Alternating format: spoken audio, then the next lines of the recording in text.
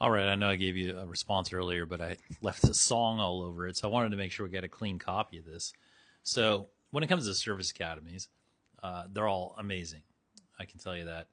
Naval Academy is amazing, Coast Guard's amazing, Merchant Marine, Air Force, and where I went, West Point, obviously legendarily amazing. And now that I've lived enough life and had ups and downs and had enough experiences in life, I can tell you that I believe that West Point is the greatest education available on Earth. And I think that the Naval Academy is right there with it. And they both have their strengths. So they're not exactly equal. In fact, Naval Academy, you guys do some stuff a little better than us, which don't tell anybody because they might, revoke my membership in a long gray line. But no, where you're at's amazing. The service academies, you're getting Ivy League academics. You're getting 4 years of ethical training, living under the honor system, which no other place really can replicate. Which, spoiler alert, in life, it does pay off to be ethical, like in ways that are sort of unbelievable, and you can't really explain to you in full detail at the moment. But as you go through life, especially in those moments where you're alone and you have to choose between doing the right or wrong thing, especially when you know what they are, both by feeling and intellectual training, there's a momentum of energy that builds in your life that's directly related to your ethics and the ultimately your ethics and values end up determining the frequency that's being emitted by your soul, which creates your reality. And people can discuss that in terms of like your reputation and your vibe and all these other things, but it ends up being extraordinarily important because it determines what you manifest in your life. And all the service academies provide this crucible in terms of ethics and character traits that isn't replicated anywhere else. So that's happening concurrent to, Ivy League plus academics. When you get out of these service academies and you meet up with other people like I did from like MIT or Caltech or University of Chicago or Harvard or wherever, you'll end up finding out that some of your plebe and like plebe year courses and stuff are like master's degree engineering courses at certain other places, like Ivy Leagues. Even that's even before you get to like state schools and whatever. Um, so just the sheer level of the academics, the sheer level of the ethical training, the ability, then all of the athletic demands that are placed in there every day, where everybody has to be a top-notch athlete, so you can use your body in every conceivable manner, from sports to combat operations to meditation to yoga to just like healing, like in every way. They get you comfortable with knowing the limitations of your body and how to operate it at the highest degree possible, which marries up with the ethical training and with the education in a really sublime way. So that's all. You already have all that going on it. Then you're being taught by people that have security clearances and people that have been out in the world doing real world stuff most of the time, except your civilian PhDs. And the civilian PhDs that they have are, some of the best in their field. Like in the 90s, because I was a systems engineering major, but also with philosophy.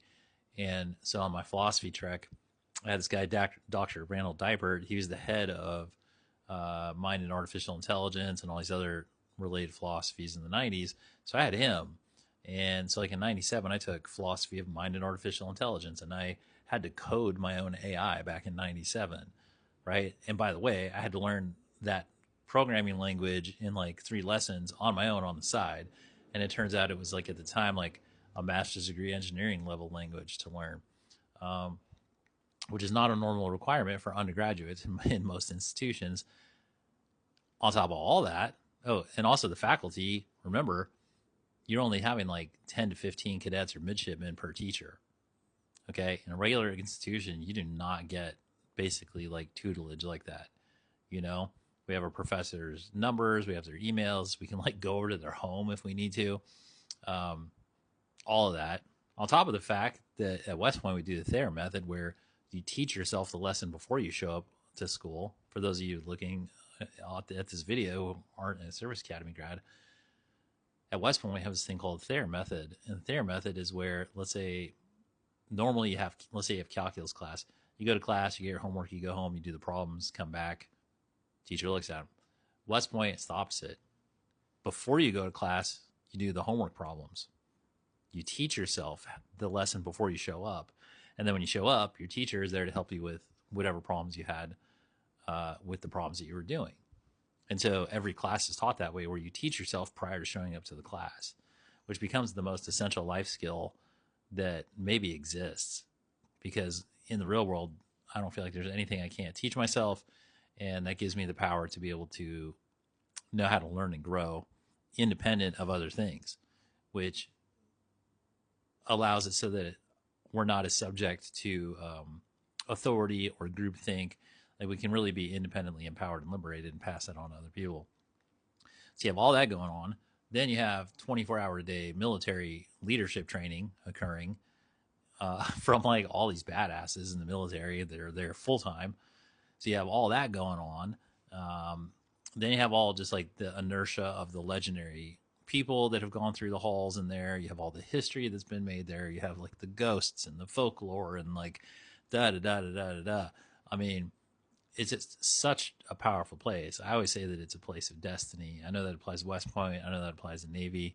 I spent a couple weekends at Navy, so I'm familiar with the setup and everything.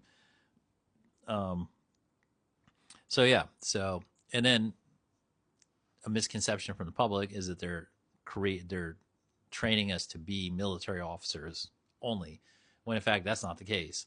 The case is that they're developing us to be leaders of our communities for our whole life, and that of course we're going to go do military service, and we need to be compatible with military service.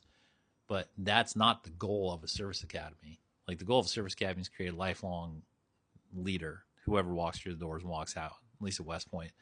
And the military aspect of it is the duty that we serve. I mean, more than half of West Pointers leave after after they finish their first term for their Army, because it's really just, we're places where it would be more effective, really. But they always continue on, and it's the same thing. Like, in regular society, if somebody finds out you're a service academy graduate, doesn't matter which one, they put you they put you in like an area of like responsibility already in their mind. They're like, oh, basically this person has their shit together. Whether you do or don't, doesn't really matter. But they put you there, and you hold that position.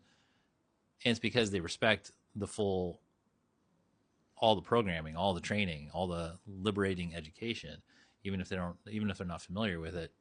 And that's before you even get to the summer programs, where you're doing on-the-job training at different, bases, posts. You're getting these academic opportunities to go and study places and do stuff and be parts of different extracurricular activities and have access to things that basically nobody else has access to. Like, I was a cadet when they brought me down to the Force 20 labs in the Pentagon. So I went underground in the Pentagon and went to these laboratories where they're working on what the Army is going to look like in 20 years, right?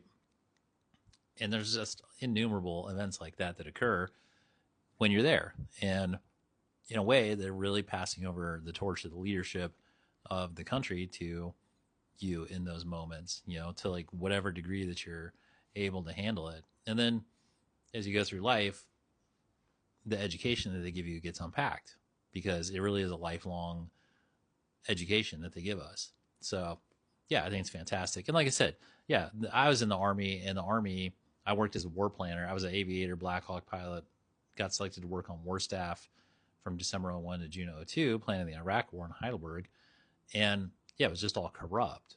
But that was civilian leadership, and that was all the stuff that, we're seeing modern day between like NATO and White House and the EU and da-da-da-da. I just had to deal with it back then. Like, the Army, the people in the Army were fine.